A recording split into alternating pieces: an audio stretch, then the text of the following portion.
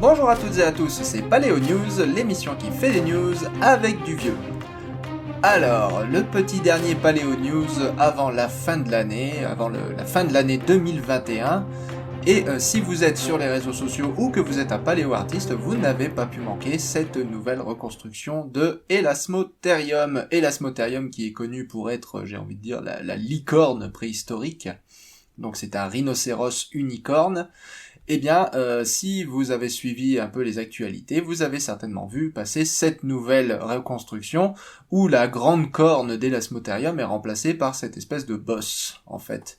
Donc bosse qui recouvre à peine, en fait, la grosse cheville osseuse qui se trouve au sommet du crâne d'Elasmotherium. Alors, par comparaison avec les autres rhinocéros, on s'était dit que ça devait être une grande corne, mais donc il y a un nouvel article qui propose qu'en fait c'était pas une grande corne, mais simplement une petite bosse de kératine par-dessus. Alors d'où ça vient cette information ? Eh bien ça vient de cet article, sorti dans Russian Journal of Teriology, que vous ne devez pas connaître et que je ne connaissais pas avant cela, mais bon apparemment c'est un journal qui est peer-reviewé comme les autres, j'ai envie de dire. Et qui a été écrit par un chercheur russe du nom de Titov et ses collègues. Alors, qu'est-ce que ça vaut, cette nouvelle reconstruction de Elasmotherium, pardon ? C'est une question délicate. C'est une question délicate parce que cet article, il a plusieurs défauts quand même. Il a plusieurs défauts. Déjà, premièrement, il est mal écrit. Il est très très mal écrit. L'anglais n'est pas bon du tout. On voit bien que la personne qui l'a écrit, qui est probablement Titov lui-même, ne parlait pas bien anglais et n'écrivait pas bien l'anglais, mais du coup ça donne un espèce de sentiment de je m'en foutisme à cet article qui est pas qui ne sert pas sa cause. Alors je dis pas qu'il faut savoir parler parfaitement anglais, etc. Moi-même je parle anglais comme une vache espagnole, comme vous avez pu le constater si vous suivez notamment ma chaîne secondaire, mais il faut bien voir que les articles, ils sont donc écrits par un, voire plusieurs scientifiques, donc ils sont censés être lus et relus. Ils sont ensuite relus par les pairs, durant le processus de peer review, et ils sont aussi relus par les éditeurs qui vont ensuite les publier, que donc dans tout ce monde-là, il est quand même censé y avoir au bout d'un moment un certain soin apporté à l'écriture de l'article. Il y a au moins une de ces personnes qui à un moment est censée se dire « Non mais là c'est pas possible, on peut pas publier ça dans cet état-là ». Ce n'est pas arrivé avec cet article, donc il y a eu un certain je m'en foutisme, ça donne un petit sentiment, on va dire, ça veut pas dire qu'il y a eu je m'en foutisme, ça donne un petit sentiment de ouais, ils ont regardé ça, ils se sont dit que c'était bien, quoi. Donc ça déjà, sur la forme, c'est pas terrible. Maintenant la question c'est le fond. On va pas trop s'intéresser quand même à la forme, la grande question c'est le fond. Est-ce que sur le fond, cet article se défend ? Bon bah, d'où elle vient cette nouvelle reconstruction de la corne d'Elasmotherium ? Comme ça en fait, là, juste une toute petite bosse de kératine par-dessus la cheville osseuse censée soutenir, qui est pourtant gigantesque. Bon bah ça vient en fait d'une comparaison avec les données d'un autre chercheur qui s'appelle Hieronymus. Donc Hieronymus, qui est cité par ici, voilà, là. Donc Hieronymus, il a étudié les cératopsiens. Et sur les cératopsiens, en fait, il a comparé la texture de l'os chez les cératopsiens avec plein d'autres espèces modernes, donc des espèces pour lesquelles on sait ce à quoi cette texture osseuse est rattachée, afin de reconstituer en fait les cornes et toutes les ornementations qu'il y a sur le crâne des cératopsiens. Donc quand il y avait une surface rugueuse, à quoi ça correspond chez une espèce moderne, quand il y avait une surface quadrillée, parce que des fois ça arrive qu'on ait des genres de quadrillage sur l'os, à quoi ça correspond chez une espèce moderne, quand on a une surface qui est pleine de petits trous, à quoi ça correspond chez les espèces modernes. Donc les cératopsiens, ils ont tout ça, ils ont tout un tas de textures osseuses sur leur crâne qui correspondent à autant de tissus mous qui ne se sont pas préservés. Donc ça peut être des écailles, ça peut être de la kératine, ça peut être juste de la peau lisse par exemple. Et donc Hieronymus, il a fait un grand catalogue. Il est c'est vraiment très complet, très très long, très bon article, Hieronymus et al. 2009. Il a fait un grand catalogue de toutes ces textures osseuses et à quoi elles correspondent chez les espèces modernes. Et si dans cet article Titov avait fait ça, la même chose, ben on va dire que j'aurais été peut-être un peu plus convaincu. Le problème c'est que l'analyse de Titov, elle cite rapidement Hieronymus et al. et conclut très vite que c'est juste quelques rugosités avec quelques tissus, vous voyez ici quelques vaisseaux sanguins, et ça dans Hieronymus ça veut dire qu'il y a juste un petit peu de kératine dessus, point à la ligne. Vous voyez là ça commence à ce paragraphe-ci et ça se termine, donc il y a une page avec une grosse image, voilà, et ça se termine par là, voilà. là maintenant il parle du prémaxillaire, donc ça n'a plus rien à voir avec la corne, donc ça se termine ici. Donc ça laisse un peu sur sa fin, la discussion elle est un peu short, quoi, hein, on va dire. Donc d'une part, l'analyse est pas très poussée, voilà, c'est juste ça que je veux dire. L'analyse est pas très très très poussée, c'est très superficiel. Et puis il se base aussi sur le fait que la corne, en fait, à l'intérieur de la corne, c'est creux.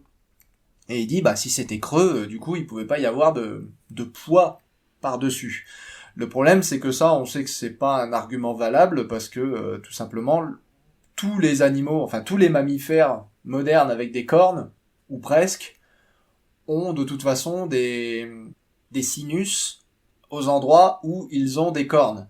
Par exemple, tous les ruminants, tous leurs cornes sont complètement creuses.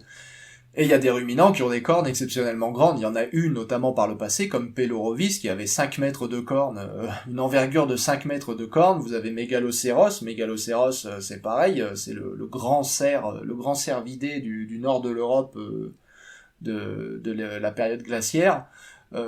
Mégalocéros, il avait des bois absolument gigantesques, tout ça c'était soutenu sur un crâne, et le crâne, il avait des sinus, les os pariétaux étaient creux, quoi. Donc la plupart des animaux qui ont des cornes aujourd'hui, et même les rhinocéros, ont des sinus en dessous de leurs cornes. Et pourtant, ça marche très bien. Ça marche très bien, pourquoi ? Parce que vous avez ces petites... cette texture alvéolée, en fait, qui optimise le poids et la solidité, en fait.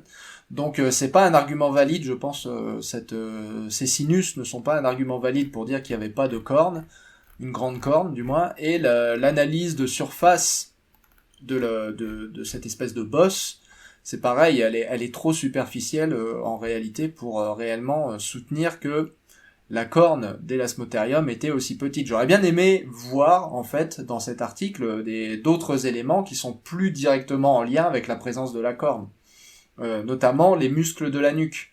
Parce que si vous avez une énorme corne sur la tête, vous vous attendez à avoir des énormes muscles sur la nuque. Alors c'est ce qui est expliqué dans cet autre article. Alors celui-là, il date de 2005 et je pense que c'est un des meilleurs articles que j'ai pu trouver sur Elasmotherium. Et justement, on y voit une belle des belles images du crâne, et notamment cette vue de l'arrière du crâne, où on voit ici cette espèce de fosse. Donc ça, c'est pour le ligament nucal, et ici, vous avez les muscles du cou. Et vous voyez que les muscles du cou sont tellement développés que ça fait genre comme 2 antennes. Vous voyez, pour que les muscles aient une surface d'accroche gigantesque.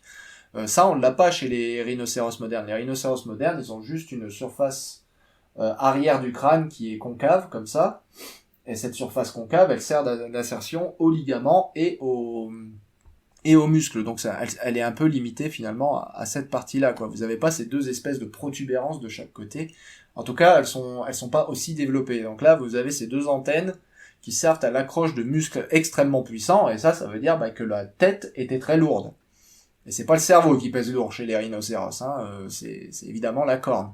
Donc là, ça va dans le sens d'une corne très très lourde, avec aussi ces épines neurales qui sont justement l'autre extrémité finalement d'attache de ces mêmes muscles. Ces épines neurales, elles sont 2 fois plus hautes que chez les rhinocéros modernes. Donc on a des épines neurales très hautes et des surfaces d'insertion pour les muscles du cou à l'arrière du crâne qui sont tous les deux indicateurs que la tête pesait très très lourd. Alors ça peut être à cause des dents et de la masse de la tête elle-même, puisque la tête d'Elasmotherium est gigantesque, hein, même comparée à un rhinocéros. Mais enfin ça donne quand même à penser qu'il y avait plus que ça. Donc ça, j'aurais bien aimé que ça soit discuté, et notamment j'aurais bien aimé qu'on discute de la puissance de ces muscles en comparaison au poids de la tête, et que ça permette justement d'estimer si la puissance de ces muscles était proportionnelle juste au poids de la tête, ou bien est-ce qu'ils étaient trop puissants et que du coup ça voulait dire qu'il y avait quelque chose en plus que le poids de la tête, à savoir la corne. J'aurais bien aimé voir une discussion aussi de d'autres éléments sur la présence ou non de la corne, comme par exemple ici cet impact, vous voyez, qui est situé ici sur le dôme de la tête. Cet impact, vous voyez que les bords sont cicatrisés, c'est-à-dire que c'est arrivé du vivant de l'animal. Or, un impact comme ça sur le sommet du dôme d'un élasmotherium, ça veut dire qu'il n'y avait pas grand-chose. Il n'y avait pas grand-chose sur le caillou, là. Donc ça allait dans le sens, si vous voulez, d'une petite couverture de kératine, exactement comme Titov le propose. Ça, c'était un argument très fort dans le sens d'une petite couverture de kératine. Bon, après, on peut aussi l'interpréter dans le sens opposé, qui est la corne était très longue et très pointue, et deux élasmotheriums se sont battus, et du coup, la corne très pointue de son adversaire est rentrée dans sa corne à lui. Bon, bah ça se discute, mais encore faut-il le discuter, quoi. Donc ça aurait été quand même très intéressant d'en parler, et ça aurait été intéressant aussi de parler au niveau d'Elasmotherium de toutes les possibles peintures rupestres qui ont été faites d'Elasmotherium. Vous voyez qu'il y a certaines peintures rupestres qui ont été attribuées à Elasmotherium, notamment en France, à Rouffignac. Vous avez cette peinture-ci, qui est un rhinocéros qui n'a qu'une seule corne, alors que les rhinocéros laineux en avaient deux. Donc ça donne à penser que ça pourrait être un Elasmotherium. Et puis en Russie aussi, vous avez... enfin, je sais pas si c'est en Russie, ça s'appelle à Shulgantash. Voilà, dans la grotte Kapovaya. Alors, je suis pas complètement sûr de où se trouve la grotte Kapovaya, pour être tout à fait honnête, mais ça doit être en ex-URSS au moins, puisque de toute façon, c'est l'aire de répartition d'Elasmotherium. Donc là, pareil, on a des peintures avec des rhinocéros à une seule corne. Alors, et dans cet article de 2005, ils en parlent, mais pas dans la nouvelle reconstruction, vous voyez, pas dans ce nouvel article par Titov. Donc ça aurait été intéressant quand même d'en discuter. Bon, de toute façon, que ce soit celui-là ou la peinture de la grotte de Rouffignac, les deux sont trop jeunes pour être véritablement des Elasmotherium, puisque les deux sont à peu près, si je me trompe pas, à 15 000 ans. Elasmotherium a disparu il y a 40 000 ans, donc il y a très peu de chances que ce soit Elasmotherium, surtout celui-là, parce que il n'y a jamais eu d'Elasmotherium en France. Il y a eu des Elasmothérinés, mais l'Elasmotherium était à peu près le seul Elasmothérinée avec Cynotherium qui avait une seule et unique corne sur le toit crânien. Les autres Elasmothérinés avaient une corne, mais sur le museau, comme des rhinocéros normaux. Donc il y a très peu de chances quand même, il y a plus de chances que ce soit un rhinocéros laineux raté, c'est-à-dire un rhinocéros laineux qui a pas deux cornes, plutôt qu'un Elasmotherium. En tout cas, à 15 000 ans en France, il n'y avait pas d'Elasmotherium. Il y avait plus d'Elasmotherium déjà depuis longtemps, même en ex-URSS, en Russie, quoi, et il n'y avait pas non plus d'Elasmotherium à 15 000 ans. Et donc à la grotte de Kapovaya, là c'est pareil, on a ces rhinocéros à une seule corne, mais le problème c'est qu'on est en Asie, et en Asie il y a des rhinocéros à une seule corne. Au-delà, à part Elasmotherium, je veux dire, hein, il y a des rhinocéros en Asie, et ils n'ont qu'une seule corne. Le rhinocéros indien, voilà, c'est un rhinocéros asiatique à une seule corne. Donc on n'est pas sûr non plus que ce soit Elasmotherium, d'autant que, encore une fois, cette peinture rupestre a 15 000 ans. Donc, et là en plus la corne est toute petite. Donc ça en plus, ça aurait pu soutenir quand même le modèle de l'Elasmotherium à petite corne, au lieu du modèle d'Elasmotherium à grande corne. Mais encore faudrait-il que Titov nous en parle, et Titov ne nous en parle pas, donc c'est dommage. C'est dommage, je pense qu'il y avait une vraie discussion à avoir, en fait, et Titov passe un peu à côté, quoi. Il faut aussi rappeler, et c'est ce que fait aussi cet article de 2005, que Elasmotherium avec juste une bosse sur le front, c'est pas non plus spécialement nouveau. Vous voyez, cette reconstitution-là, elle date de 1934, et on y voit bien Elasmotherium avec exactement la même morphologie que ce que Titov nous propose. Donc l'idée de Titov elle-même n'est pas non plus particulièrement nouvelle. Bon, en tout cas, voilà, si vous êtes paléo-artiste, c'est quand même une proposition donc qui existe même depuis longtemps, et que vous pouvez prendre en compte ou pas, selon votre sensibilité. Il y a le pour et il y a le contre, mais j'aurais quand même aimé que ce nouvel article prenne plus en compte le pour et le contre que juste proposer une réinterprétation des données de Hieronymus et al. appliqué à Elasmotherium, c'est un petit peu trop superficiel, quoi. Suivant, nous restons avec les mammifères, mais cette fois on bouge vers d'autres pachydermes, j'ai envie de dire. Nous bougeons du côté des éléphants avec Notiomastodon. Et cette nouvelle analyse, donc, qui nous propose une analyse de l'ADN ancien de Notiomastodon. C'est une analyse en fait qui se fait en réponse à un autre article dont je vais vous parler d'abord. Je crois que j'en ai déjà parlé dans Paleo News, mais je suis pas sûr. En tout cas, je l'avais abordé. Si je l'ai abordé, c'est de façon trop superficielle pour réellement ne pas proposer une représentation aujourd'hui, encore une fois.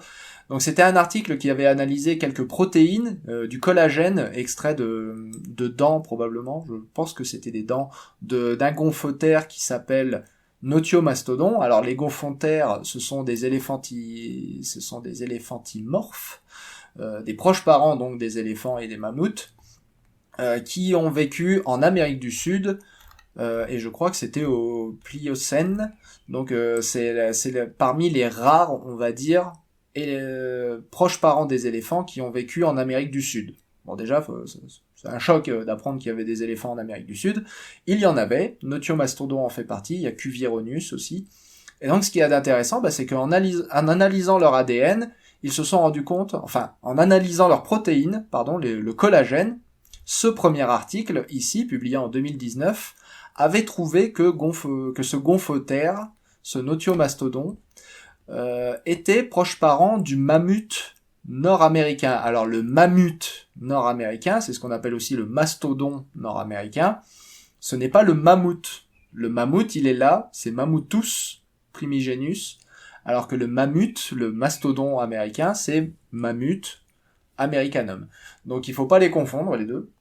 Donc maintenant je dirais mammouth pour le mastodon américain et mammouth pour le vrai mammouth, enfin les vrais mammouths, parce qu'il n'y a pas qu'un mammouth, mais bref. Donc là ils avaient trouvé que Notiomastodon était proche parent du mammouth. Alors ce qui géographiquement a du sens, puisque Notiomastodon vivait en Amérique du Sud, mammouth vivait en Amérique du Nord, les deux au Pléistocène. Donc a priori, il n'y a pas de raison de douter de ça, sauf que comme Notiomastodon fait partie de la grande famille très pas monophylétique des gomphothères, bon, il fait partie des gomphothères, les gomphothères, normalement, ils sont pas censés être cousins du mammouth, ils sont censés être cousins des éléphantidés, à savoir des éléphants modernes et du mammouth. Donc normalement, Notiomastodon, au lieu d'aller se brancher ici, il aurait dû aller se brancher là. Et ça, du coup, quand on a regardé le collagène, ça a un peu foutu le cul par terre de nos chercheurs qui se sont dit « Oh. Parce que là, si vous voulez, Notiomastodon en lui-même, c'est pas un problème. C'est pas le problème d'avoir Notiomastodon plus proche du mammouth ou du mammouth. Le problème, c'est que Notiomastodon est un gomphothère, que des gomphothères, il en existe des centaines d'espèces, et que si on commence à trouver que Notiomastodon est en fait plus proche du mammouth, ça veut dire que tout le reste est faux, parce que toute notre classification des gomphothères est à foutre par terre. Et ça c'est un gros problème, parce que ça veut dire qu'en gros, tout ce qui se passe pendant l'Oligocène et le Miocène au niveau des éléphantimorphes, du coup, c'est à foutre à la poubelle. On croyait qu'on comprenait, en fait on comprenait rien. Donc ça a été quand même un choc en 2019 quand c'est sorti. Et du coup, ils ont, d'autres chercheurs ont essayé du coup de rapporter de nouveaux éléments à cette discussion, parce que c'est quand même perturbant, je veux dire, de se rendre compte, enfin du moins de supposer qu'on a tout faux. Donc il y a pas si longtemps que ça, il y a tellement peu longtemps d'ailleurs que l'article, vous voyez, il est même pas encore mis en page, hein, c'est toujours sous la forme de manuscrit. Là c'est toujours sous la forme de brouillon presque. c'est l'article. Le contenu sera le même quand l'article sera publié, c'est juste que c'est pas mis en forme, hein, c'est tout. Ils ont analysé plus de données du Notiomastodon et ils ont notamment analysé de l'ADN. Donc pas seulement du collagène, mais aussi de l'ADN ancien. Donc ils ont réussi à extraire de l'ADN ancien d'une dent d'un Notiomastodon. Toutes les images sont à la fin, donc voici la dent en question. Morphologie gomphothère typique, hein, vous voyez, 3 lophes, comme c'est très typique des gomphothères trilophodontes, hein, c'est ce que veut dire trilophodonte, 3 lophes.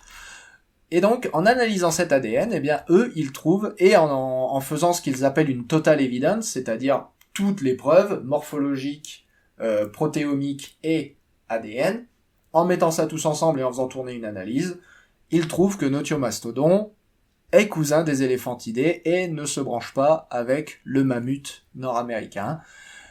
L'honneur est sauf, j'ai envie de dire. Donc, en reprenant plus de données, en y ajoutant l'ADN, il retrouve la position classique de Notiomastodon du côté des éléphantidés, là où les gomphothères sont censés être. Donc les gomphothères, maintenant ça va, on les remet là où ils sont censés être. Pfiou, on est sauvé. Toujours les mammifères, maintenant en fait on va faire les endothermes en général. Voilà, les endothermes en général, avec cette nouvelle hypothèse, j'ai envie de dire. Et alors là, pour le coup, on a du travail qui va vraiment secouer, qui va botter des fesses et secouer des arbres. C'est une nouvelle analyse en fait qui propose, enfin une nouvelle analyse, un nouvel article qui propose une nouvelle hypothèse sur l'évolution de l'endothermie. L'endothermie, c'est le sang chaud, hein, globalement, donc le métabolisme à sang chaud. Cet article, il propose que l'endothermie n'est pas une innovation, c'est en fait un caractère primitif. C'est un caractère qui serait primitif à tous les amniotes, à savoir l'ancêtre en commun des reptiles et des mammifères. Donc les reptiles au sens large, j'inclus les oiseaux au sens sauropside. Cette nouvelle hypothèse, elle est proposée par Roger Seymour. Donc Roger Seymour, qui était déjà connu pour avoir justement proposé l'hypothèse que les crocodiles modernes, qui sont à sang froid, n'étaient pas originellement à sang froid, qu'ils ont évolué vers un métabolisme à sang froid. Donc originellement, les crocodiliens étaient à sang chaud et sont ensuite devenus à sang froid par une adaptation au mode de vie aquatique qui n'était pas leur mode de vie originel.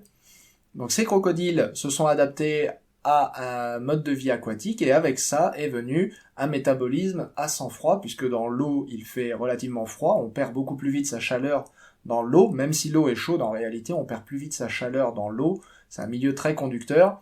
Et du coup, les crocodiliens, au lieu de faire comme les cétacés et d'avoir une couche de graisse qui empêche de perdre la chaleur, ils ont opté pour une autre solution qui est, je vais arrêter de produire de la chaleur, et puis comme ça, je vais arrêter de me refroidir dans l'eau. Bon, et puis c'est gagnant, quoi, j'ai envie de dire. Ça marche quand même, hein. Donc Roger Seymour, c'est lui qui avait proposé cette hypothèse, et donc il a construit par-dessus cette hypothèse, en tout cas lui et son équipe, dont vous voyez la liste là, ont construit par-dessus cette hypothèse, et propose maintenant l'hypothèse encore plus osée, j'ai envie de dire, encore plus élaborée, de dire qu'en fait, ce sont tous les amniotes qui étaient à la base endothermes, c'est-à-dire à sang chaud, et que certains reptiles, donc les lézards, les crocodiles, sont devenus ectotherme ensuite. Donc en fait, c'est la condition ectotherme, c'est la condition à sang froid qui serait évoluée, et c'est la condition endotherme qui serait primitive. Donc ça, c'est ce qu'il propose dans cet article, c'est paru dans Biological Reviews, donc c'est une grosse revue quand même, c'est quand même quelque chose qui est reconnu, hein, qui est connu et reconnu dans la communauté scientifique. Alors maintenant, sur quoi se base cette nouvelle hypothèse ? Eh bien, elle se base, déjà il faut savoir d'où vient l'hypothèse que c'est l'état métabolique à sang chaud qui est dérivé, donc qui est la condition évoluée. Elle vient du fait que les mammifères et les oiseaux sont les seuls groupes aujourd'hui qui sont à sang chaud, tout le reste des amniotes sont à sang froid, tout le reste des tétrapodes même sont à sang froid, les amphibiens sont à sang froid, les lézards sont à sang froid, les serpents sont à sang froid, les sphénodons sont à sang froid, les tortues sont à sang froid, les crocodiles, donc il y a vraiment que les oiseaux et les mammifères qui sont à sang chaud. Donc déjà, la condition métabolique à sang chaud, elle est plus rare que la condition métabolique à sang froid. Donc ça semble être celle qui est apparue le plus récemment dans le nombre de groupes le plus restreint. Et ensuite, cette condition métabolique, chez les mammifères, on a toujours pensé qu'elle était due à l'évolution d'un tissu qui s'appelle le tissu adipeux brun. Donc ce tissu adipeux brun serait responsable de la production de la chaleur chez les mammifères, alors que chez les oiseaux, cette condition métabolique serait due à une activité musculaire, mais qui serait ni de l'effort ni du frisson. Donc c'est ce qu'on appelle la thermogénèse sans frisson chez les oiseaux. Donc c'est les muscles qui produisent de la chaleur, mais sans se contracter et sans frissonner en fait. Donc le fait qu'on ait que 2 groupes d'amniotes, les oiseaux, les mammifères, avec chacun sa propre manière de faire de l'endothermie, bah ça suggère très fortement qu'il y a eu 2 événements d'évolution de l'endothermie indépendants. Et là, ce que nous dit en fait l'équipe de Seymour, c'est que c'est pas si simple. C'est pas si simple. Les mammifères, en fait, il y en a que très très peu jusqu'à présent chez qui on a retrouvé du tissu adipeux brun. Tous les mammifères n'ont pas de tissu adipeux brun. En fait, il y a que certains placentaires qui ont du tissu adipeux brun. Les monotrèmes et les marsupiaux n'en ont pas, par exemple. Pourtant, ils sont endothermes, avec un métabolisme un peu différent, notamment pour les monotrèmes, mais je veux dire, ils sont considérés comme endothermes. Et d'un autre côté, chez les mammifères, on a aussi de la thermogénèse sans frisson, à savoir qu'ils utilisent le même mécanisme que les oiseaux. Et ça, du coup, c'est la première étape vers, dis donc, si on a de la thermogénèse sans frisson chez les oiseaux et qu'on a de la thermogénèse sans frisson chez les mammifères, est-ce que la thermogénèse sans frisson ne serait pas un caractère ancestral chez tous les amniotes? D'où l'idée, et eux, du coup, ce qu'ils proposent, c'est que, tout le monde était endotherme à la base. Tous les amniotes étaient endothermes à la base. Et c'est là qu'on va pas être d'accord. C'est là qu'on va pas être d'accord avec cet article. Parce que tout ce qu'ils recherchent, c'est d'arriver à expliquer comment la thermogénèse sans frisson était présente chez l'ancêtre en commun de tout le monde, de tous les amniotes. Alors déjà, ça se base sur l'hypothèse que cette thermogénèse sans frisson est ancestrale à tout le monde, ce qui n'est pas forcément gagné, puisque finalement on a repéré de thermogénèse sans frisson chez personne d'autre que chez les mammifères et les oiseaux pour l'instant. C'est peut-être aussi parce qu'on n'en a pas cherché, vu que pour nous tout le reste était en ectotherme. Mais bon, c'est vrai qu'il y a par exemple les boas qui produisent leur propre chaleur, notamment pendant la couvaison des œufs. On a les tégus aussi qui produisent de la chaleur, donc ce sont aussi des reptiles. Donc il y a quand même quelques reptiles qui sont capables de générer leur propre chaleur. Bon, les boas, c'est définitivement du frisson. C'est-à-dire, c'est les muscles qui se contractent, voilà, et ça génère de la chaleur. Mais c'est vrai que, finalement, il y aurait des éléments qui pourraient dire, effectivement, que c'est ancestral. Mais c'est pas la seule explication. Déjà, le problème, c'est que d'une part, il faut partir du principe que cette thermogénèse sans frisson est ancestrale, mais même une fois qu'on dit qu'elle est ancestrale, il y a plein d'explications pour dire comment cette thermogénèse sans frisson pourrait être ancestrale à tous les amniotes. Et l'endothermie généralisée est loin d'être la seule explication. Je veux dire, la thermogénèse sans frisson, ça sert à générer de la chaleur, ok, mais la chaleur, ça peut servir à plein de trucs. Donc ça peut servir à couver les œufs, ça peut servir à réchauffer un organe en particulier pendant une période particulière de l'année, au hasard la reproduction, voilà, réchauffer les organes génitaux pendant la reproduction. Ça peut servir d'adaptation à des hivers rudes, notamment quand on pense que les amniotes ont évolué au Carbonifère. Le Carbonifère, c'est une immense période glaciaire, donc je veux dire, ça aurait pu servir à survivre aux hivers rudes. Donc ça aurait pu être juste En fait, les amniotes basaux auraient pu utiliser la thermogénèse sans frisson, et tout le mécanisme cellulaire de la thermogénèse sans frisson aurait pu apparaître chez l'ancêtre des amniotes, mais pas forcément pour un métabolisme endotherme. Ça aurait pu servir, comme je disais, à réchauffer un organe, à se réchauffer, mais que pendant l'hiver. Ça aurait pu servir à couver des œufs, ça aurait pu servir à plein de choses. Et il y a plein d'idées certainement que j'oublie, et vous pouvez les rajouter en commentaire. L'endothermie n'est pas la seule explication, en fait. On ne cherche pas à établir En fait, c'est ça le problème de cet article, c'est qu'il va chercher à établir que tous les amniotes étaient endothermes, alors qu'en fait, on cherche juste à établir pourquoi l'ancêtre en commun des amniotes aurait eu un mécanisme cellulaire permettant la thermogénèse sans frisson. Et ce mécanisme cellulaire de la thermogénèse sans frisson, dans l'absolu, il n'a pas à toucher le corps entier tout au long de l'année. Il peut juste affecter une partie du corps, quelques organes, pendant une période de l'année. Le mécanisme cellulaire est là, et ensuite, ce mécanisme cellulaire aurait évolué chez les mammifères et chez les oiseaux pour donner l'endothermie qu'on leur connaît. Donc voilà, c'est là où je veux en venir, c'est qu'en fait cet article, il part de cette observation qui est juste, et qui est la thermogénèse sans frisson existe chez les mammifères, chez les oiseaux, il part de cette hypothèse qui est valide que la thermogénèse sans frisson, de fait, a dû probablement exister chez l'ancêtre en commun de tout ce monde-là, qui est aussi l'ancêtre commun des amniotes, mais là où il se trompe, à mon avis, ou là où il est incomplet, c'est même pas qu'il se trompe, c'est là où il est incomplet, c'est que il n'explore qu'une seule hypothèse. Et cette hypothèse, c'est celle de l'endothermie ancestrale, alors qu'il y a plein d'autres hypothèses qui peuvent expliquer pourquoi un mécanisme cellulaire permettant la thermogénèse sans frisson aurait pu apparaître avant. Cette thermogénèse sans frisson n'était pas forcément pour l'endothermie à la base, elle a peut-être seulement été cooptée, c'était peut-être une préaptation, on appelle ça une préaptation, à l'endothermie en fait. Mais peut-être que cette thermogénèse sans frisson servait à autre chose chez les amniotes au départ. Et donc je pense que c'est l'erreur qui est commise dans cet article, c'est que ils vont directement dans l'hypothèse de l'endothermie ancestrale, en lien avec ce qu'a fait l'équipe de Seymour avant, qui est de proposer que les crocodiles étaient primitivement endothermes. Ils se dirigent droit vers l'endothermie ancestrale, sans considérer d'autres hypothèses.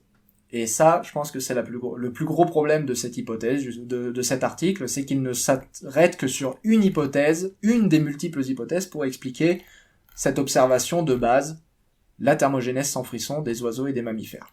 Voilà, donc ça c'est le mécanisme. Je scrolle un peu dans l'article pour vous montrer, il vous montre le mécanisme cellulaire responsable de la thermogénèse sans frisson, exactement le même chez les mammifères et chez les oiseaux, je veux dire, c'est littéralement un copier-coller.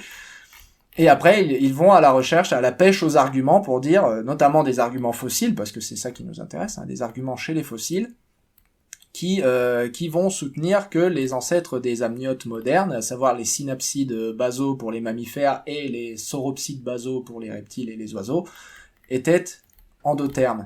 Et donc, ils font une liste d'arguments qui vont dans leur sens. Alors, ils commencent notamment par la présence de ce qu'on appelle l'os fibrolamellaire. Donc, l'os fibrolamellaire, c'est plus ou moins... Vous savez, quand on fait une coupe dans l'os, soit on observe des cercles de croissance bien marqués, et dans ce cas-là, ça veut dire que l'animal grandissait que en été, mais qu'en hiver, il y avait un arrêt de croissance. Soit on constate que l'os est bien homogène, et ça veut dire que l'animal non seulement n'avait pas d'arrêt de croissance, mais qu'en plus son os était retravaillé sans cesse, et ça c'est caractéristique des endothermes. Donc là, l'os fibrolamellaire, c'est quand l'os est complètement endotherme, c'est de l'os d'endotherme, quoi. Donc là, ils prennent ça comme preuve, on a retrouvé de l'os fibrolamellaire chez tous les amniotes, voilà, chez les dinosaures notamment. Alors là, chez les archosaures, d'ailleurs, pas que chez les dinosaures, chez tous les archosaures, on retrouve de l'os fibrolamellaire. Oui, on en retrouve aussi chez les crocodiles.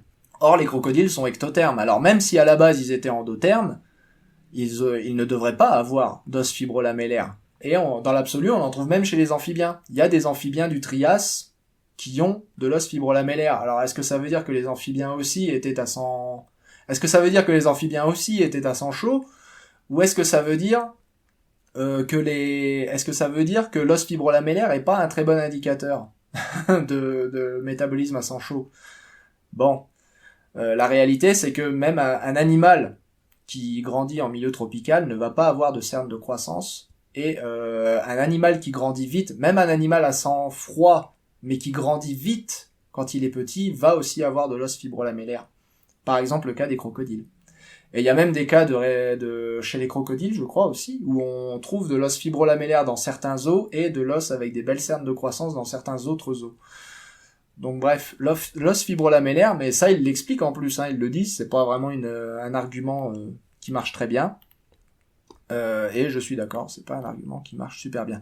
La deuxième, c'est la hauteur des animaux. Alors ça, c'est un argument qui est pas banal. C'est qu'en fait, la distance qui sépare le cœur du sommet de la tête sur un animal actuel ou éteint est directement proportionnelle à la puissance du cœur. Donc ça, on est d'accord. Je veux dire, le cœur, faut qu'il soit suffisamment puissant pour envoyer le sang jusque dans la tête. Or, la puissance du cœur est limitée chez les ectothermes par le fait que les ectothermes, en fait, ils ont un cœur qui est pas séparé.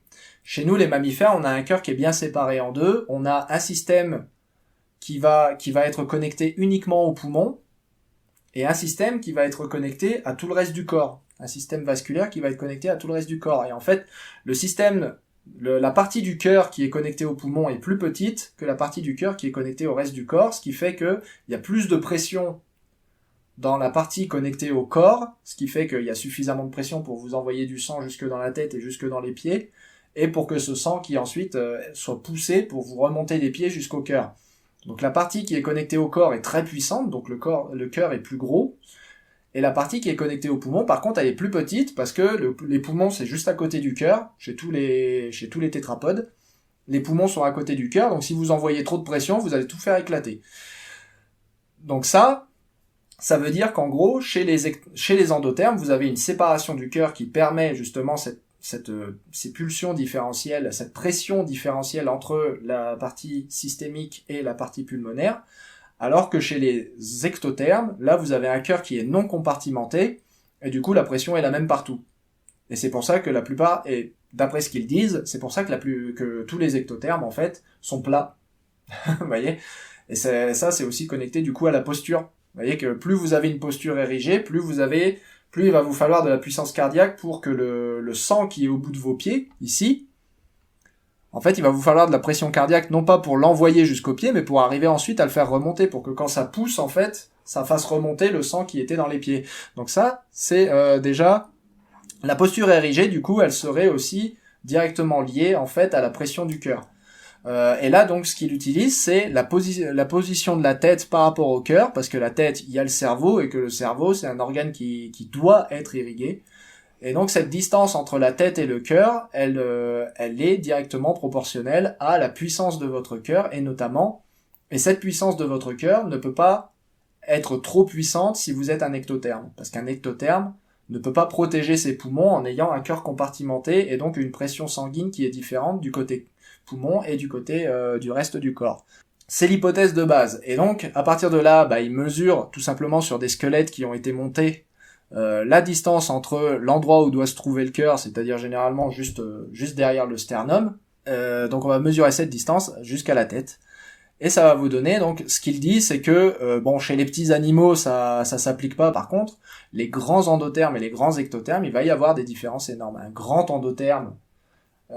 ectotherme, sera plat. Voilà.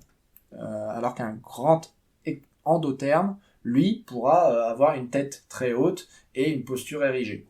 Et donc, fort de cette observation, ce qu'ils nous disent, c'est que si vous avez une certaine distance, si vous dépassez une certaine distance entre le cœur et le haut du corps, chez un animal éteint, en regardant leur squelette, vous devriez pouvoir dire, en tout cas si l'animal était suffisamment grand, vous devriez pouvoir dire si cet animal était ectotherme ou endotherme.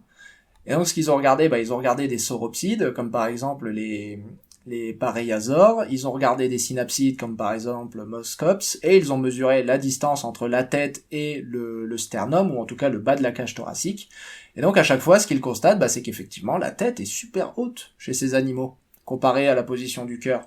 Donc ces animaux devaient avoir un cœur compartimenté, et donc ils devaient être endothermes. Donc ça, c'est leur raisonnement. Là où leur raisonnement pêche un peu, je trouve, c'est qu'ils tracent en fait le lien entre cœur compartimenté et endothermie. Avoir un cœur compartimenté aujourd'hui, ça se retrouve effectivement chez les oiseaux et les mammifères, mais ça veut pas dire que les deux sont liés. Corrélation n'est pas forcément causalité. Et en l'occurrence, il y a un contre-exemple à ça, c'est que les crocodiles ont un cœur qui est semi-compartimenté. Les crocodiles ont un cœur dans lequel il y a une cloison avec juste un petit trou entre les deux cloisons. Donc, fonctionnellement, il s'agit d'un cœur non compartimenté, mais physiquement, il y a une compartimentation. Et ils peuvent fermer ce trou occasionnellement, permettant une séparation physique entre la circulation pulmonaire et la circulation dans le reste du corps. Donc ça, c'est quand même un contre-argument de poids. Le lien tracé entre compartimentation du cœur et endothermie, il est tout sauf évident. Même s'il est généralement accepté, ça j'en suis d'accord, il est généralement accepté, mais il est tout sauf évident. Donc ça c'est le premier problème. Le deuxième problème, c'est quand il se met à appliquer ça à des sauropsides comme les ravisuchiens et les synapsides comme le dimétrodon qui avaient une crête. Et là donc il dit, On a des traces sur ces vertèbres que les organes comme les crêtes étaient irrigués, donc pareil, la pression sanguine devait être suffisamment grande pour envoyer du sang jusque là-haut. Et alors là, le dimétrodon, il y a quand même 1,50 m de distance entre le cœur et le haut de la crête, ça veut dire qu'il était très très très endotherme, le dimétrodon. Ouais, mais il y a un contre-exemple, encore une fois, les tortues, et notamment les tortues géantes des Galapagos. Les tortues géantes des Galapagos, elles font entre 50 cm et 1 mètre de haut, donc il y a largement, chez les plus grosses au moins, il y a largement plus que 58 cm entre le cœur et le haut de la carapace, et le haut de la carapace, il est recouvert d'écailles qui sont vivantes, donc qui sont irriguées. Et c'est pourtant, elles sont à sang-froid, ces tortues. Donc pareil, le raisonnement, là, une fois de plus, il est relativement limité. Et il s'agit pas de petites limites, quoi. Je veux dire, c'est des exceptions qui sont très évidentes dans la nature actuelle. Donc des choses qui sont factuellement observables. C'est pas genre des exceptions qui sont dans le registre fossile où il faut admettre que les amphibiens qui existaient au Trias étaient à sang froid ou à sang chaud ou quoi que ce soit. Non, non. Les tortues des Galapagos modernes sont à sang froid et ont une carapace dont le sommet est situé à plus de 50 cm au-dessus de leur cœur. Comment on explique ça dans ce cadre-là ? Ça veut surtout dire que l'argument, du coup, il a des limites. L'argument a des limites. Ensuite, il parle de la taille des foramen dans les os longs. Alors ça veut dire qu'en gros, les os longs, pour se renouveler, ont besoin d'être irrigués. Hein, les os longs, c'est l'humérus et le fémur, typiquement. Ils ont besoin d'être irrigués pour que le tissu osseux puisse se renouveler. Et cette irrigation, elle se reflète dans la taille du trou dans lequel l'artère rentre dans l'os.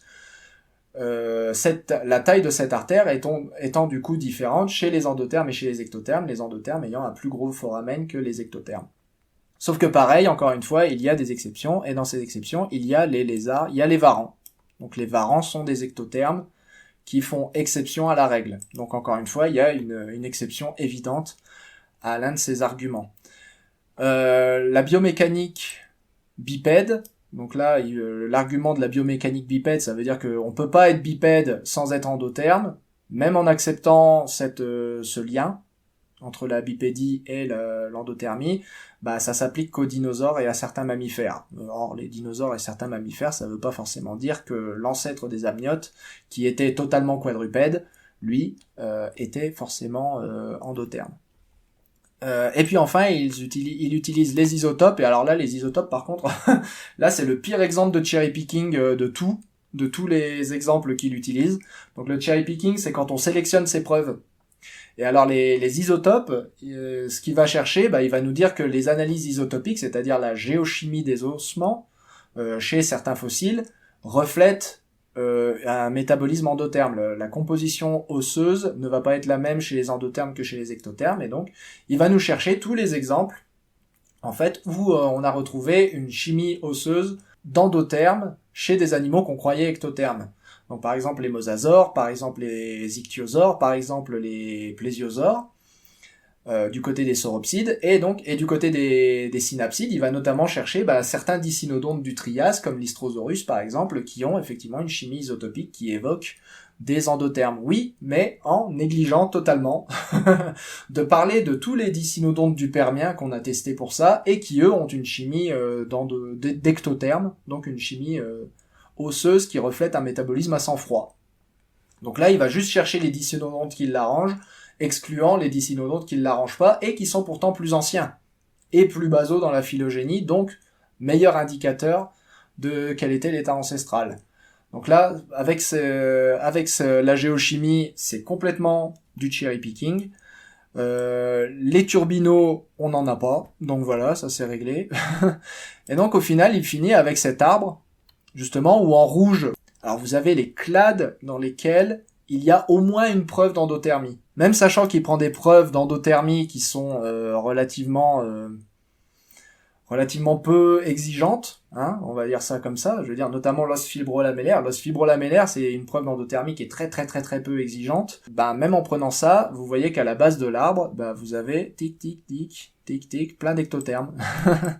Vous avez quand même plein de trucs qui ne cochent absolument aucune de ces cases qui sont pourtant très faciles à cocher. Au mieux, il y a un gros doute, et comme j'ai dit, comme ces arguments pris un par un ont tous un niveau de validité assez bas, voilà, c'est pas satisfaisant. Moi personnellement, c'est pas satisfaisant. À la limite, et par exemple, si on reprend aussi l'exemple de la crête, tiens ça j'ai pas précisé, mais si on reprend l'exemple de la crête, il y a Platyhystrix qui est un amphibien avec une crête dorsale. Et donc est-ce que ça veut dire que lui aussi était endotherme? Et du coup, ça s'ajoute à la présence d'os fibrolamellaires chez certains amphibiens. Et on a même certains amphibiens, et c'est ce que j'ai mis là, ça vient d'être publié. On avait aussi des amphibiens en Antarctique. Alors c'est pas nouveau comme information des amphibiens en Antarctique. D'ailleurs, les Temnospondyles, qui est un grand groupe d'amphibiens, ont continué à survivre à des latitudes très très hautes, donc près justement du cercle polaire antarctique, quelque part en Australie, jusqu'au Crétacé. Donc non seulement ils y étaient, mais en plus ils y étaient bien apparemment. Et ils y étaient depuis longtemps, puisqu'on a aussi des amphibiens qui vivaient en Afrique du Sud, comme Tutusius et Umzantia, qui vivaient en Afrique du Sud, au Dévonien, à l'époque où l'Afrique du Sud était aussi très très proche du cercle polaire antarctique. Donc à la limite, ça aurait été même un argument auquel j'aurais été beaucoup plus sensible, pour tout dire. J'aurais été beaucoup plus sensible s'ils nous avaient dit, vous voyez, on a des amphibiens depuis tellement longtemps près du cercle polaire, ils étaient forcément à sang chaud. Oui, sauf que l'idée d'amphibiens à sang chaud, elle est... Le monde est tellement pas prêt pour une idée d'amphibiens basaux à sang chaud que vous voyez dans son arbre là, il les a même pas mis. Donc en plus son arbre il a pas de groupe externe. Vous voyez, vous avez les sauropsides à gauche, vous avez les synapsides à droite, mais il a même pas mis de groupe externe en fait. Et là, si vous considérez que les amphibiens sont à sang froid, votre groupe externe, la condition ancestrale chez les amniotes, elle est forcément à sang froid quoi. Est-ce que je suis convaincu? Alors, l'idée d'une endothermie ancestrale pour tous les amniotes est révolutionnaire. Oui. Est-ce qu'elle va changer la face du monde? Je pense pas, parce qu'à mon avis, le niveau de preuve est trop bas. Ça m'étonnerait que cet article donne des grosses suites. Donc moi je suis d'accord pour dire que le système de thermogénèse sans frisson est probablement ancestral. En tout cas, la mécanique cellulaire de thermogénèse, la mécanique cellulaire qui permet la thermogénèse sans frisson est probablement ancestrale pour les amniotes. C'est une hypothèse avec laquelle je peux être d'accord. Mais à mon avis, il aurait dû discuter d'une possible exaptation ou d'une possible préaptation. À mon avis, ce mécanisme cellulaire devait servir peut-être à autre chose. Et c'est une hypothèse que j'aurais voulu voir discuter dans cet article, mais ce sont des hypothèses, parce que comme je l'ai dit, il y a plein d'hypothèses pour lesquelles on pourrait générer un corps aurait avantage à générer de la chaleur, soit pendant une période courte, soit localisé dans l'organisme, quoi. Et c'est pas forcément l'endothermie complète et totale de l'organisme qui est la meilleure explication. Et puis, puisqu'on parlait d'endothermes, et qu'on en a maintenant fini avec les mammifères, on passe aux autres endothermes, c'est-à-dire les archosaures. Les archosaures, avec en premier Quetzalcoatlus. Donc ça y est, la grande description de Quetzalcoatlus a été publiée, 4 ou 5 articles dans Journal of Vertebrate Paleontology, donc c'est comme une monographie mais coupée en plein de morceaux, en plein de chapitres. Ça y est, la grande description du ptérosaure géant Quetzalcoatlus a été publiée. Ici, je vous montre juste le dernier chapitre en fait de cette grande monographie qui est la morphologie fonctionnelle, où ils discutent un peu de toutes les façons dont Quetzalcoatlus pouvait bouger. Donc par exemple, ils établissent que Quetzalcoatlus pouvait voler, parce que tout dans l'anatomie de son bras en fait lui permettait de battre des ailes. Les muscles étaient suffisamment puissants, les articulations étaient suffisamment mobiles pour lui permettre de battre des ailes. Donc Quetzalcoatlus volait, apparemment, selon eux, ce qui s'oppose à une hypothèse qui avait été proposée, que les Quetzalcoatlus et les Azegopteryx de Roumanie vivaient au sol, exclusivement. Donc un peu comme des girafes géantes et carnivores, quoi. Ça c'est contredit du coup dans cet article. Ce qu'ils disent aussi, c'est qu'au lieu de tenir ses jambes de cette façon sur le côté quand il volait, donc au lieu d'avoir les jambes sur le côté, en fait il les avait repliées en dessous comme un oiseau. Donc c'est ce qui est représenté là dans la figure B. Alors ça, c'est un truc qui est intéressant, parce que du coup, ça réduit aussi du coup la surface de l'aile, parce que là, on pouvait s'imaginer qu'il y avait de la peau qui allait du bout du doigt ici jusqu'au bout des orteils là, mais là, si vous avez l'aile qui va juste du bout du doigt ici jusqu'au bout de la queue, bah la surface de l'aile est beaucoup plus petite. Et ça réduit la portance, et du coup, j'aurais bien voulu voir une estimation justement de la portance de l'animal, étant donné cette nouvelle reconstruction, mais il la donne pas. Parce que justement, ça aurait pu être un argument en plus ou en moins en faveur du fait qu'il volait ou non. Et puis, on a aussi que dans cette série monographique, ils ont nommé une nouvelle espèce de Quetzalcoatlus. Donc maintenant, il y a 2 espèces de Quetzalcoatlus, une grande et une petite. Et il y a aussi un autre ptérosaure qui était autrefois attribué à Quetzalcoatlus, mais qui maintenant est en fait un nouveau genre à part de Quetzalcoatlus. Donc vous avez Quetzalcoatlus northropy, qui est la grande espèce, l'espèce géante la plus connue. Vous avez Quetzalcoatlus lawsoni, l'espèce plus petite, et vous avez Wellnopterus brevirostris, qui est l'autre espèce qui était autrefois attribuée à Quetzalcoatlus et qui est maintenant attribuée à un genre différent. Donc la petite espèce est considérée comme une autre espèce, pas comme des juvéniles de Quetzalcoatlus, et si vous voulez savoir pourquoi, il faudra lire les détails, parce que j'ai pas tout lu, honnêtement. Je suis pas expert en ptérosaures, donc je suis pas capable de juger vraiment de ce qui est pertinent en taxonomie des ptérosaures.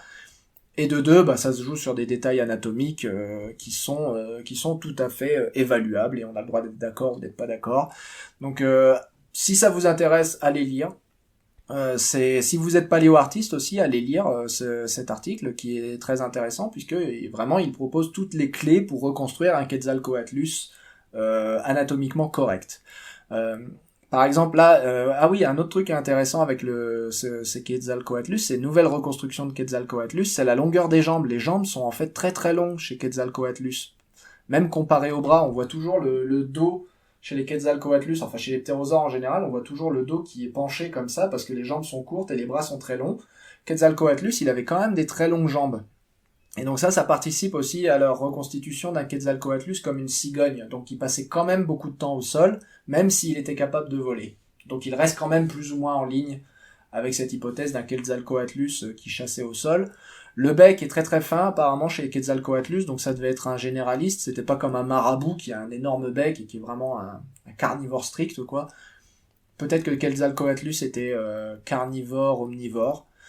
Et ils évaluent aussi, du coup, à la lumière de la longueur de ses jambes par rapport à la longueur des bras, ils évaluent les hypothèses d'envol. Donc l'hypothèse du saut, donc juste ils sautaient grâce à leurs longues jambes, leurs longues pattes arrière, et ils ont été capables de s'envoler. Ou bien l'hypothèse qui a été aussi développée du lancer, mais avec les bras avant, comme certaines chauves-souris le font, avec les bras avant. Ils prennent une poussée sur les bras, et ensuite ils s'envolent. Voilà. Donc il y a aussi cette hypothèse-là qui a été proposée, et il y a aussi l'hypothèse tout simplement de la course, je crois pas qu'il l'ait illustré. Donc juste ils couraient et s'envolaient en fait, commençaient à battre des ailes et finissaient par s'envoler, un peu comme le font certains canards, par exemple. Donc ils discutent les 3 hypothèses, et leur conclusion c'est que les 3 ont d'énormes problèmes, parce que Quetzalcoatlus, notamment la forme géante, il emmerde un peu toutes les lois de la physique. Ça... Je veux dire, quelle que soit la biologie que vous pensez reconstituer pour Quetzalcoatlus, de toute façon, quelle que soit l'hypothèse que vous voulez défendre, Quetzalcoatlus, c'est une anomalie. C'est une anomalie, il est trop grand. Il est juste trop grand, donc il emmerde les lois de la physique, et s'il était réellement capable de voler, là, clairement, il y a ça pose beaucoup de problèmes. En tout cas, aux gens qui essayent de reconstituer son mode de vie. Donc voilà, si ça vous intéresse, je vous invite à aller lire tous ces articles. Comme j'ai dit, il y en a 4 ou 5, j'ai pas eu le temps de tous les lire, j'ai pas la compétence de toute façon pour les évaluer de façon critique. Je peux vous dire ce qui a été proposé. On reste dans les archosaures avec maintenant un nouvel ankylosaure d'Amérique du Sud, vous en avez forcément entendu parler, c'est la nouvelle star des réseaux sociaux, Stegouros. avec sa massue, vous voyez, en forme de... Alors ils disent que ça ressemble à une arme aztèque. Jolie coïncidence de l'histoire, j'ai envie de dire. Ce qu'il y a d'intéressant avec ce Stégoros, c'est pas tellement la massue qu'il a au bout de la queue, c'est le fait que c'est un ankylosaure de l'hémisphère sud. Et comme je vous l'ai dit dans une précédente vidéo, ça court pas les rues, les ankylosaures dans l'hémisphère sud. En réalité, il y en a très très peu. On a beaucoup de stégosaures, enfin des jolis exemples de stégosaures dans l'hémisphère sud, mais on n'a pas beaucoup d'ankylosaures. Donc c'est toujours une grande nouvelle d'en accueillir de nouveaux. Et cet ankylosaure, en plus, il est tellement complet qu'en fait, ils ont pu faire une réévaluation de la phylogénie des ankylosauriens, enfin des thyréophores en général. Et ce qu'ils trouvent, eh bien, c'est que cet ankylosaure, avec d'autres espèces, notamment d'Antarctique et de l'hémisphère sud, forme un nouveau clade qui vient se nicher en fait entre les nodosaures et les stégosaures. Donc, vous voyez, vous avez la succession stégosaure, nodosaure, ankylosaurinés, donc ankylosaure au sens strict, j'ai envie de dire. Et entre les stégosaures et les nodosaurinés, vous avez ce nouveau clade d'ankylosaures qu'ils ont appelé les parankylosaures. Voilà. Donc à côté des ankylosaures, littéralement. Donc bref, il y aurait une dispersion dans le Gondwana à un moment des ankylosaures, ou voire même une origine gondwanienne, pourquoi pas, puisque l'ankylosaure supposé africain dont j'avais parlé la dernière fois était aussi le plus ancien, puisqu'il datait du Jurassique. En tout cas, ce qu'il y a d'intéressant par rapport à sa queue, c'est pas tellement la morphologie de sa queue, on s'en fiche un peu, la morphologie qu'il a, je veux dire, c'est un ankylosaure, c'est normal qu'il ait des trucs au bout de la queue, et, je veux dire, les stégosaures ont des épines sur leur queue, les ankylosaures ont une massue au bout de leur queue, donc c'est normal que ce Stégoros ait une arme au bout de sa queue. Non, la grande question, du coup, maintenant, c'est, les stégosaures, ils ont des pointes au bout de la queue, les ankylosaures aussi, Stégoros aussi, alors pourquoi les nodosauridés, eux, n'en ont pas? Vous avez 2 heures.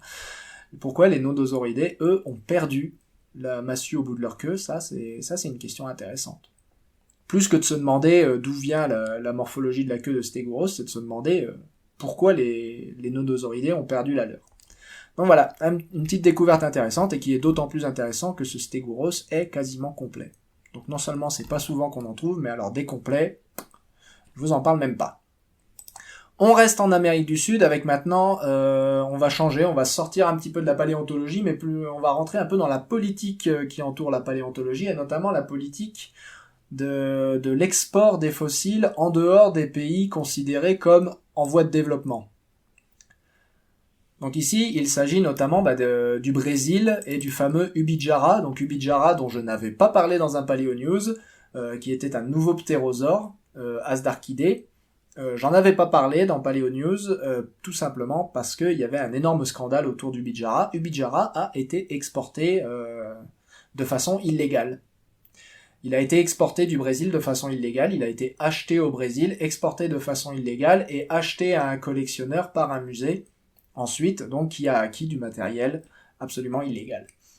Donc j'en avais pas parlé de cet Ubijara parce que, comme un peu pour l'ambre birman, en fait, l'ambre birman, j'ai arrêté aussi de parler des découvertes qui ont été faites dans l'ambre birman parce que éthiquement, ça se fait pas. Voilà, et donc il y a d'autres trucs très connus qui qui ont été exportés comme ça illégalement du Brésil. Irritator, qui est maintenant en Allemagne. Irritator, le fameux spinosaure, a aussi été exporté apparemment illégalement. Donc il y a plein de trucs qui viennent du Crétacé du Brésil qui sont illégaux. Essentiellement dans des musées allemands apparemment, mais bon, il n'est pas impossible en fouillant les fonds de tiroir qu'on en retrouve aussi par chez nous, ça c'est pas un problème, enfin par chez nous en France je veux dire. Donc ça c'est un énorme problème, en tout cas pour les auteurs de cet article qui sont brésiliens. Je crois que c'est Juan Cisneros le principal auteur, si ce n'est le seul auteur, voilà, Juan Cisneros, paléontologue brésilien qui a fait ses études en Afrique du Sud. Ce qu'on a, c'est que il détaille toutes les raisons pour lesquelles il faut pas exporter des fossiles comme ça illégalement, ça se fait pas. Ça se fait pas. Pourquoi ça se fait pas? Parce que après les exporter, d'une part vous financez un marché noir. Et le marché noir, ça ne génère rien de bon. Voilà. Donc vous financez le marché noir et ensuite vous débarrassez un pays d'un fossile qui lui appartient. Et ça a des conséquences sur la recherche locale parce que c'est des fossiles importants qui se retrouvent à l'étranger et les pays en voie de développement n'ont pas les moyens d'envoyer leurs chercheurs à l'étranger. Donc en fait, vous empêchez les chercheurs locaux d'étudier les fossiles de leur pays en faisant ça. Physiquement, je veux dire. Alors en théorie, oui, on peut toujours voyager, mais en pratique, les pays en voie de développement n'ont pas toujours suffisamment d'argent à injecter dans la recherche pour que leurs chercheurs puissent se promener et aller voir leurs propres fossiles ailleurs. Donc ça fait partie des multiples problèmes éthiques qui sont liés à ça. Ça rejoint un autre article qui a aussi été publié, qui est du coup sur les fausses momies aliens, voilà. Les fameuses fausses momies aliens, comme j'en ai déjà parlé plein de fois, donc je vais pas m'arrêter trop longtemps dessus. Atta, qui est cette espèce d'embryon, voilà, qui a été pris pour un embryon d'extraterrestre, alors que c'est un embryon humain. Maintenant, ça a été prouvé par des analyses génétiques. Et puis les fameuses momies de Nazca, qui ont toujours été reconnues comme des momies humaines. Hein. Donc c'est pas un article de débunkage, hein, c'est un article qui dénonce la fraude, en disant que c'est inadmissible et qu'il faut arrêter de soutenir des initiatives comme ça. Hein. C'est pas de la vraie recherche qui est conduite, c'est juste du pillage et du sabotage du patrimoine sud-américain et des pays en voie de développement en général. Là, on s'arrête sur l'Amérique du Sud parce que c'est eux qui ont publié cette semaine, enfin ce mois-ci, mais en réalité, c'est du sabotage qui a lieu constamment, tout le temps, avec des complicités dans le marché noir. Donc à chaque fois, c'est pareil. Hein. N'achetez pas une momie en vous disant je vais la sauver. Hein. Achetez un reste archéologique au marché noir en s'imaginant qu'on est en train de le sauver. C'est une illusion. Vous êtes en train de financer le marché noir en faisant ça. Achetez un fossile en vous disant il sera mieux chez moi sur mon étagère que dans les caves d'un musée dans un pays en voie de développement. C'est pareil, c'est une illusion. Faut arrêter. Votre fossile, il va être safe sur son étagère tant qu'il sera chez vous. Une fois que vous serez mort, il partira à la poubelle, il partira aux enchères, il partira dans un vide-grenier, mais il sera perdu. Voilà, donc non. Et de toute façon, les fossiles sont pas forcément plus safe. Il y a un truc, la dernière fois, qui m'a fait bondir. C'est quand j'ai entendu des gens dire « Ah ouais, mais ils sont mieux chez nous que chez eux, parce que chez eux, de toute façon, les musées, ils brûlent. » En référence, je crois que c'est le musée de Rio qui avait cramé. Mais bref, il y a un musée qui a cramé il y a pas longtemps, en brûlant plusieurs holotypes, effectivement. Donc il y a du matériel qui a été perdu. Et du coup, les gens utilisaient ça pour justifier le fait qu'on se serve au marché noir et qu'on exporte des fossiles de ces pays-là, parce qu'ils prennent pas soin de leurs fossiles. Vous voyez, ils laissent cramer leur musée. Et là, tu la regardes, tu fais Notre-Dame de Paris. Bah ouais, nous aussi, on fait cramer notre patrimoine. Hein. Je veux dire, les accidents, ça arrive. Hein. Voilà, ça n'arrive pas qu'aux autres. Hein. Et ça n'arrive pas qu'aux pays en voie de développement. Donc il faut arrêter avec cette mentalité-là. C'est dénoncé ici, et je suis tout à fait d'accord avec eux, comme du colonialisme. C'est de l'impérialisme, du colonialisme, appelez ça comme vous voulez, c'est du néocolonialisme, parce que maintenant ils les payent, voilà, ils payent le matériel patrimonial qu'ils exportent, les gens qui font ça, alors qu'avant, quand c'était colonial, c'est juste ils se servaient, un point c'est tout, il n'y avait pas d'argent donné en échange, mais voilà, donc on peut appeler ça du néocolonialisme, mais quoi qu'il arrive, c'est une mentalité coloniale de croire qu'un occidental peut croire se servir comme ça dans un pays étranger en se disant je ferai mieux qu'eux. Ça, c'est non. Ça, c'est moralement complètement et éthiquement complètement pété. Voilà. Et il faut arrêter. Et je suis d'accord avec eux. Et donc ces momies de Nazca sont pas débunkées spécialement dans cet article parce que selon eux, de toute façon, il n'y a rien à débunker. On voit très bien que c'est des momies humaines qui ont été mutilées. Et notamment quand la diatomite s'en va, parce que cette diatomite là, la poudre blanche qui les recouvre, elle est très fine et elle s'en va très facilement parce qu'elle n'est pas d'époque. Et bien quand cette diatomite s'en va, on voit qu'il y a des impressions du tissu de la momie originelle sur la peau, donc que le tissu a été enlevé, donc que la momie a été débarrassée de ses effets, donc de son contexte archéologique, donc déjà ça c'est inadmissible. Donc les gens qui prétendent faire de la science en achetant ces momies sont forcément au courant de ça et sont forcément en tort. Faut arrêter de le faire, un point c'est tout, et il faut arrêter de soutenir ces gens-là, surtout. Parce qu'on peut se laver les mains en se disant, moi c'est bon, j'ai jamais acheté un truc, mais non, faut aussi arrêter de soutenir ce genre d'initiative. Et puis pour finir avec les fossiles exportés illégalement du Brésil, Tetrapodophis, donc le serpent à 4 pattes, littéralement. Alors c'est pas complètement sûr que Tetrapodophis ait été exporté illégalement du Brésil, en réalité c'est c'est encore en discussion, on va dire. En tout cas, il y a suspicion de marché noir. Mais ouais, ça souligne un truc, là, cet article il est intéressant parce qu'il souligne un truc. C'est, vous voyez tous les auteurs qui ont travaillé sur Tetrapodophyse dans cet article, il n'y en a pas un seul qui vient du Brésil. Ça fait partie des choses que justement Cisneros a signalé dans son article que j'ai pas dit mais qui est sorti dans Nature, si je ne m'abuse, voilà, Nature, Ecology et Evolution. Donc ouais, Juan Cisneros a souligné que jamais ou quasiment jamais les chercheurs locaux ne sont inclus dans les recherches sur les fossiles du Brésil. Donc et là c'est encore un exemple assez criant puisque là il n'y a aucun de ces chercheurs qui est réellement affilié à une institution brésilienne. Voilà la liste des institutions. Aucun d'entre eux n'est au Brésil. Donc ça fait aussi partie des choses que Juan Cisneros a souligné. C'est que bah ouais, non seulement les fossiles s'en vont, mais en plus du coup les chercheurs locaux n'en profitent pas. Donc bref, Tetrapodophyse, on lâche la politique et on revient à de la science. Tetrapodophyse, c'est ce fossile, donc ce fossile qui consiste en une empreinte et une contre-empreinte. Ici vous voyez le corps très très long, et ici vous avez les petites pattes, là, vous voyez les petites pattes avant qui sont là, les petites pattes arrière qui sont là, et le crâne qui se trouve sur la contre-empreinte ici, et qui est en empreinte de ce côté-là. Tetrapodophyse, c'est donc un corps de serpent, vous voyez, un très long corps de serpent, enfin très long à l'échelle de l'animal, vous voyez, j'aime beaucoup cette photo parce que là, vous voyez, le doigt, il vous donne vraiment l'échelle, c'est vraiment tout petit, Tetrapodophyse, c'est tout mignon, ça doit être trop choupi à voir. Tetrapodophyse, c'est donc un long corps de serpent avec des petites pattes de lézard. Voilà, des petites pattes relictuelles de lézard. Donc il correspond littéralement à ce qu'on s'attendrait à voir, à ce qu'on s'attendrait d'un chaînon manquant, voilà, employons le terme, un intermédiaire entre un animal qui se dirige vers une morphologie serpentiforme et un ancêtre de morphologie reptilienne plus classique. Donc un serpent à quatre pattes, Tetrapodophyse.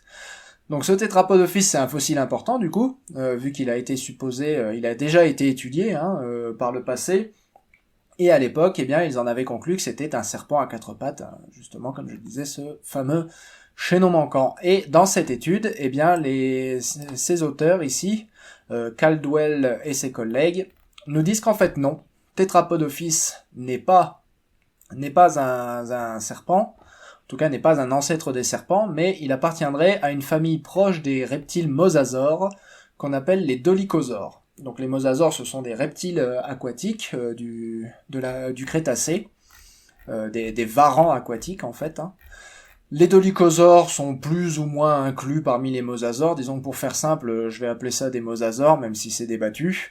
Et en fait, donc, Tetrapodophyse ne serait finalement qu'un petit reptile aquatique du Crétacé. On va dire que la morphologie serpentiforme irait bien avec un mode de vie aquatique, ça l'aiderait à onduler et à nager. Et puis sa ressemblance superficielle avec un serpent viendrait du fait que les mosasaures sont compris comme étant sont interprétés du moins comme étant des proches parents des serpents, mais ce ne sont pas des serpents, les mosasaures. Donc ça exclurait en fait Tetrapodophyse de sa position de chaînon manquant entre les serpents et les reptiles à morphologie plus banale, on va dire. Alors quelles sont les caractéristiques qui font de Tetrapodophyse un non-serpent? Alors dans ces caractéristiques, il y a très intéressant et très important l'insertion des dents.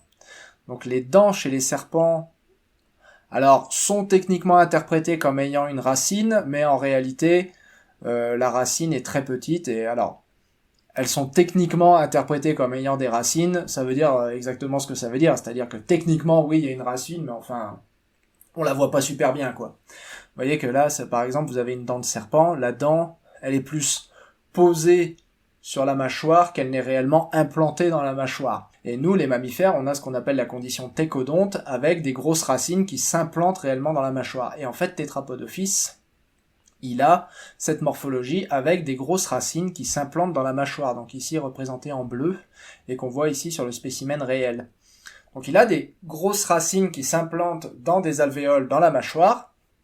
Ça se retrouve chez les mammifères, ça se retrouve chez les dinosaures, et ça se retrouve chez les mosasaures. Et les serpents, comme je l'ai dit, sont techniquement técodontes.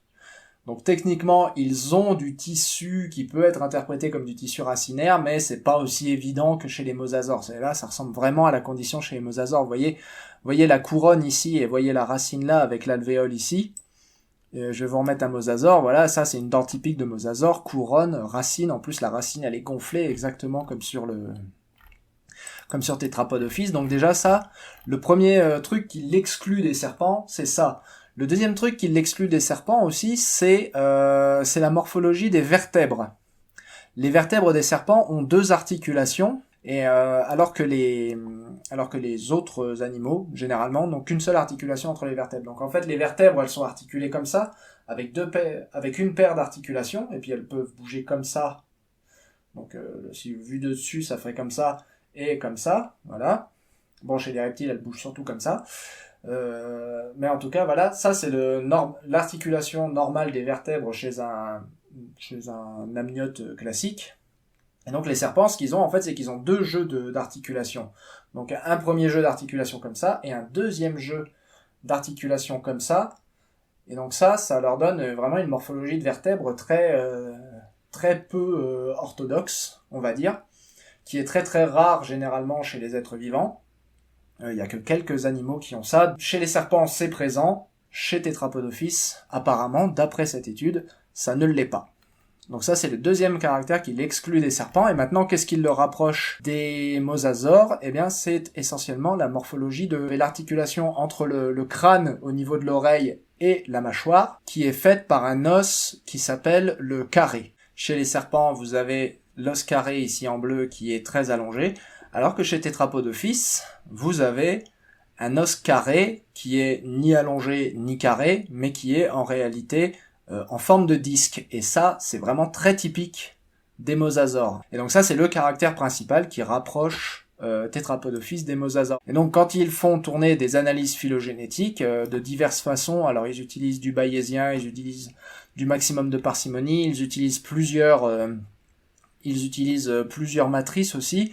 À chaque fois, ils retrouvent Tetrapodophyse parmi les mosasaures, non loin des dolichosaures, plus ou moins loin des dolichosaures en fonction des analyses. C'est plus ou moins fortement soutenu dans les analyses. Là, vous avez par exemple un soutien de 100% de l'inclusion de Tetrapodophyse parmi les mosasaures sur cette analyse bayésienne. Donc voilà, c'est quand même assez bien soutenu. Il y a certaines analyses qui sont plus faiblardes que d'autres, mais dans l'ensemble, il y a un signal très cohérent que Tetrapodophyse n'est pas le chaînon manquant qu'on croyait qu'il était entre les serpents et les lézards de morphologie plus ordinaire. Du coup, ça nous enlève quand même un maillon important dans notre compréhension de l'évolution des serpents, mais faut pas oublier que, quand même, Tetrapodophyse, malgré tout, ça reste un animal qui est à mi-chemin entre une morphologie serpentiforme et une morphologie de lézard. Donc ça reste quand même un fossile important qui nous montre comment on passe de l'une à l'autre, comment on passe d'une morphologie de lézard classique à une morphologie plus serpentiforme. Donc ça reste quand même un jalon important, ça reste un fossile important dans notre compréhension de l'évolution des reptiles, et notamment des reptiles à forme de serpent, sachant qu'il n'y a pas que les serpents évidemment qui ont cette forme allongée avec beaucoup de vertèbres et des bras et des jambes réduits. Il y en a plein, il y a les amphisbéniens par exemple. Je suis plus convaincu par cette interprétation en tant que mosasaure que l'interprétation en tant que serpent. Donc je pense qu'on peut s'y fier, à mon avis, et cette réinterprétation en tant que mosasaure, je pense qu'elle va rester. Je pense qu'elle va rester dans la littérature. Et la dernière petite curiosité, c'est les xénobots. Les xénobots, les xénobots, c'est un genre de nanorobot, si j'ai bien compris, qui est fait à partir de cellules de grenouilles. Et donc ces nanorobots, à partir de cellules de grenouilles, on peut reprogrammer leur ADN pour qu'il n'ait plus qu'une seule fonction, c'est s'agglutiner et se reproduire. C'est des petits amas de cellules de grenouilles, construits, assemblés ensemble, reprogrammés, dont l'ADN a été reprogrammé, et on les plonge dans une solution où il y a d'autres cellules, et en fait leur but, ils ne sont programmés que pour se reproduire. C'est-à-dire que ils vont agglutiner d'autres cellules, c'est ce qui est représenté là, voilà, toutes les cellules en vert. Vous avez votre xénobot, et en fait ils vont agglutiner d'autres cellules jusqu'à ce que ça forme un nouveau xénobot, et ce xénobot va lui aussi se mettre à agglutiner des cellules pour former un nouveau xénobot, et ainsi de suite. c'est le plus proche qu'on puisse être de la création d'une forme de vie en laboratoire, je pense. Le problème, c'est que c'est déjà fait à partir de cellules vivantes, vu que c'est fait à partir de cellules de grenouille, donc c'est pas vraiment une création de vie en laboratoire, mais c'est le plus proche qu'on puisse être pour l'instant de la création d'une forme de vie autonome en laboratoire. Et donc ce qu'il y a d'intéressant, c'est que comme ils les ont programmés uniquement à se reproduire et à rien d'autre, en fait très rapidement ce qu'ils ont constaté, c'est que le temps de génération entre les xénobots devenait de plus en plus court, et que cela était permis par le fait en fait que les xénobots devenaient de plus en plus petits. Donc en fait ils agglutinaient de génération en génération, ils agglutinaient de moins en moins de cellules pour pouvoir se reproduire de plus en plus vite. Et ça c'est super intéressant parce que ça veut dire qu'ils évoluaient en fait. À partir du moment où on leur a imposé de se reproduire, en fait, immédiatement il y a eu sélection naturelle pour des xénobots qui se reproduisaient plus vite. Et donc c'est l'évolution en direct reproduite en laboratoire. Ni plus, ni moins. Voilà, et ça je trouve ça super intéressant. Évidemment, je vous fais la version ultra simplifiée. Je comprends à peine la technologie des xénobots. Je n'ai aucune idée de comment ça fonctionne. Je trouvais juste hyper intéressant de mentionner que ça existait, parce que c'est quand même vachement beau d'arriver à reproduire l'évolution comme ça dans des petites boîtes de pétri. Voilà. C'était Paléo News, je vous remercie de l'avoir suivi. N'oubliez pas de vous abonner pour ne rien manquer d'anciens. Bonne fête de fin d'année et à très bientôt.